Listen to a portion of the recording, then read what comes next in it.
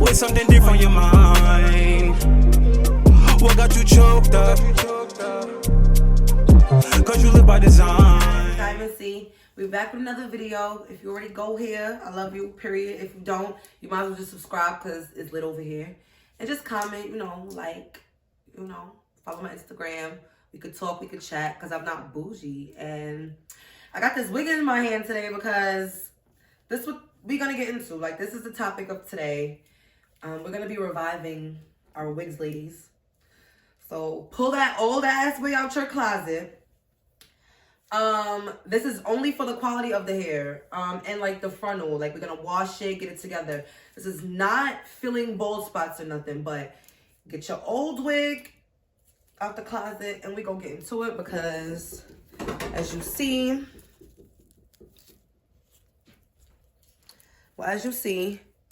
this is how the wig looks. And the inside is a handmade wig. 3 28-inch bundles in the front. So I had the wig for a couple months, but I wore it about twice for like really good amounts of time. So we're gonna get into it. So what we're gonna do first is brush the wig. I'm brushing it wrong. Okay, matter of fact, hold on. Let me show you how to really do it. So go from bottom to top.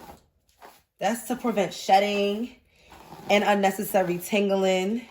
You go from bottom to top, okay? But this that good. I ain't gonna lie, like this just been thrown in the corner for last couple like other months, last couple months. And you see it's just flowing, okay? Like, yeah. So yeah, you're gonna comb it. Now, what I'm about to tell y'all, it's a secret. Like, it's a big ass secret. Like, let me sit down. Cause after I show y'all this, like, first of all, you better like this video if I saved your life. You better subscribe. And I'm just a goat for like giving y'all this tea because I basically charge my client to like revive their wigs and bring them back to life. So if I teach y'all this method, it basically will be like helping y'all save some money, like all types of stuff. And I have a couple other methods, but this is just my favorite quick one because I think I'm going to throw this back on this week. And so y'all see like the results of it. I want to make it like a middle part, bust down straight, jet black. So yeah. But we're going to get into it because... So this is going to be a very detailed tutorial. What I want you to do is get a bucket, any size, but preferably a size that fits your wig. And you're going to use any clarifying shampoo. That's just to get all the gunk out. And I like to use Aussie moisturizing conditioner. And I like to get a comb that's just going to stir all the water. Then I like to get an edge brush that just will, scrape the glue off the lace. And I'm going to let my water run hot for a while. Extremely hot as it can. I'm going to use jet black wig dye for my wig this time. Just to dip it a little bit and make it more shiny. So I'm just going to put that in the bucket first. I'm going to put my water in there, as you see.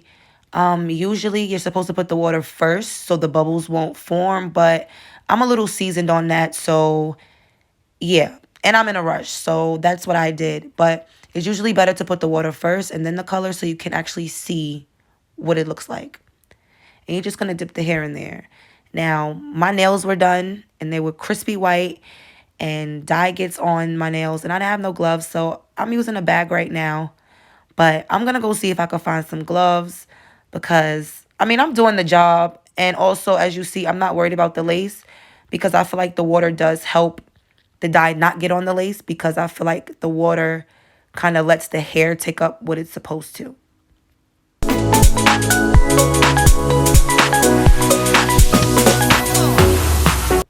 So as you see, I found some gloves.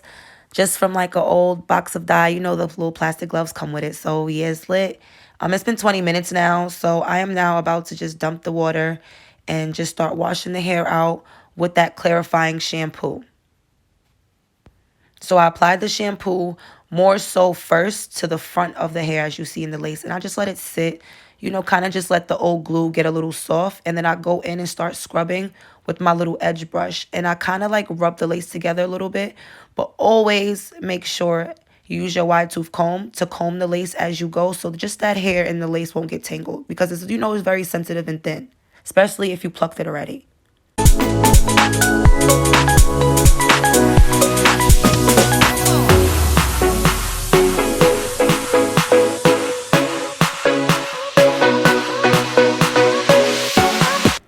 So I cannot stress enough how much you need to comb that unit all throughout the whole time you're washing the hair, because it can get tangled and it is not a pretty sight.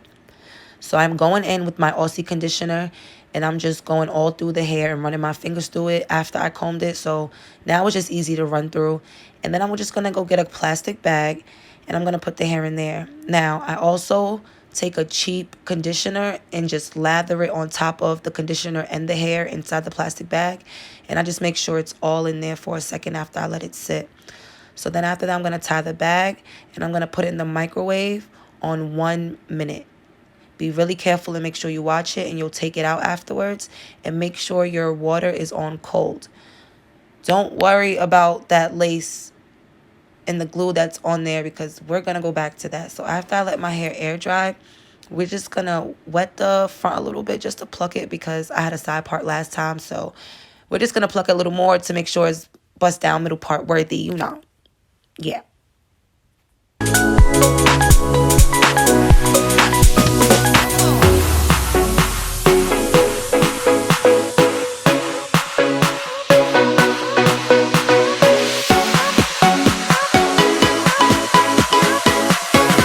So I add a little heat protectant on the hair, and then I just blow dry it a little bit more, because when it's air dried, it really doesn't just, you know, get all the roots and everything. So I really like it to be super, super dry and bone straight for when I'm ready to flat iron it. So then I'll take my 1.5 inch, I believe, flat iron. I like the big flat irons because it gets the job done. And I'll just section off the hair. It looks a little chunky, but it's actually small sections. And I go over twice, each strand twice with my flat iron. And then I'll kind of go all together like as a family after a while, you know, just to kind of make sure everything gets straight. So we are almost done, and I always pin the front up. I always pin the front part of the lace up, because I don't touch that until I actually install my hair. I like to like really get into the front when I actually like have it on me, and I could hot comb it, and you know, I could see the front better. And I also don't stress too much about the whole unit in itself, because of course I'll run through it when it's on me, but just to make sure that back is straight when I have it on me, and I could just do a little bit of flat ironing when it's on. That's my security. Honestly, if you're going to get your hair done by someone else, you probably don't have to style it. They'll probably do it while it's on. But this is for my ladies who self-install. Like, just make sure you pin the front up. And honestly, don't worry about the front until you install it. Add a little heat protectant when you're done. And yeah.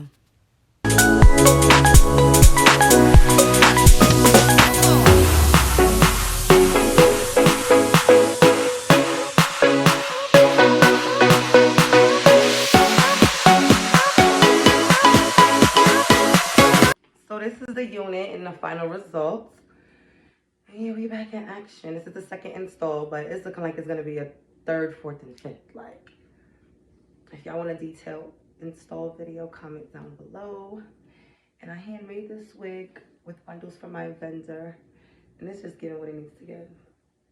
Also follow my Instagram page, and you'll also see my business page. I do offer wig construction services and installs. And I also provide hair, and I ship worldwide, so get into that too if you have any questions. I also sell my vendor for a small fee. And yeah, it's lit. I thank you guys for watching. Like, comment, share, turn on your post notifications because it's lit over here. And I will see y'all next time, because I'm about to go show off, okay? Yeah. Tell me, baby girl, is